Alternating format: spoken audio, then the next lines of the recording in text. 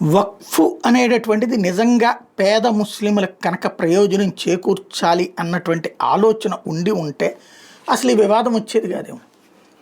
వక్ఫ్ bill తీసుకొచ్చినప్పుడు దేశంలో ఒక హై అలర్ట్ ప్రకటించుకోవాల్సి వచ్చింది. రెచ్చగొట్టే శక్తులు రోడ్డెక్కేశాయి, బహిరంగ హెచ్చరికలు జారీ చేశాయి, అది చేస్తాం ఇది చేస్తామని.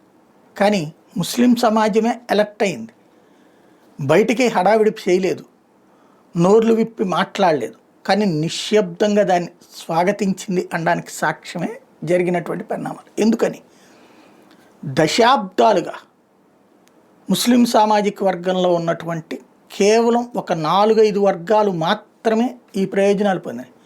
దీని మీద వచ్చే ధనం లేదా దీని మీద ఈ లీజులకి ఇచ్చుకోవడం వల్ల వచ్చినటువంటిది కావచ్చు, ఈ బెనిఫిట్స్ అన్నీ కూడా యాక్చువల్గా అయితే భారతదేశంలో ఉన్నటువంటి ఈ 12 లక్షల ఎకరాలు సరిగ్గా వినియోగిస్తే 2 లక్షల హాస్పిటల్ కట్టచ్చు, 4 లక్షల స్కూళ్ళు కట్టచ్చు, 1,00,000 మంది ఉమెన్స్కి హాస్టల్స్ కట్టచ్చు, 1,00,000 హాస్టల్స్ కట్టుకురావచ్చు, 50,000 షెల్టర్లు కట్టచ్చు వృద్ధులకి, అదే సమయంలో 40,000 అనాథాశ్రమాలు కట్టచ్చు.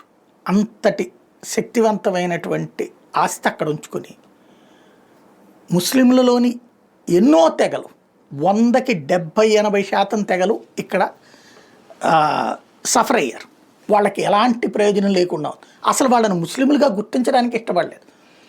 ఇప్పుడు వాళ్ళకి ప్రభుత్వం గుర్తింపునిస్తోంది, అదే సందర్భంలో ప్రాతినిధ్యం ఇస్తోంది, మహిళల్ని కూడా మనుషుల్లాగా చూసేటటువంటి సిస్టమ్ తీసుకొచ్చింది. అందుకనినే వాళ్ళందరూ నిశ్శబ్ద స్వాగతం పలికారు.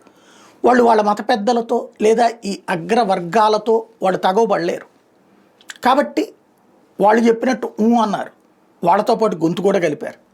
కానీ దాని వెనకాలన్న ప్రయోజనాల్ని పొందుతున్నారు. ఇదివరకు త్రిబుల్ తలాక్ అయినా ఇప్పుడు తాజాగా ఈ అంశంలోనే.